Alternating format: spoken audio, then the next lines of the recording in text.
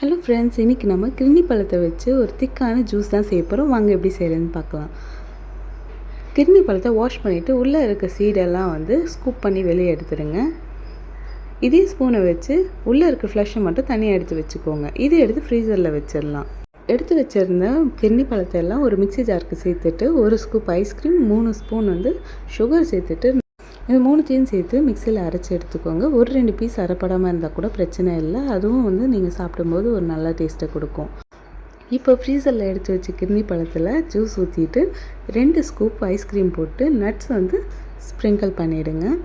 இதுக்கு மேலேயே 1 பீஸ் நான் கிர்னி பழத்தை எடுத்து வச்சுருந்தேன். அது கூட கட் பண்ணி இதுக்கு மேலே போட்டுடலாம். இந்த மாதிரி நீங்கள் சர்வ் பண்ண முடியலன்னா இந்த மாதிரி கிளாஸ் டம்ளரில் கூட நீங்கள் சர்வ் பண்ணலாம். நிறைய பேர் சப்ஸ்கிரைப் பண்ணாமல் வீடியோ பார்த்துட்ருக்கீங்க. சப்ஸ்கிரைப் பண்ணிட்டு பாருங்கள். அப்போ தான் எனக்கு ஒரு மோட்டிவேஷனாக இருக்கும். இந்த மாதிரி ரெகுலராக என்னோடய வீடியோ பார்க்குறதுக்கு லைக் அண்ட் சப்ஸ்கிரைப் பண்ணிக்கோங்க.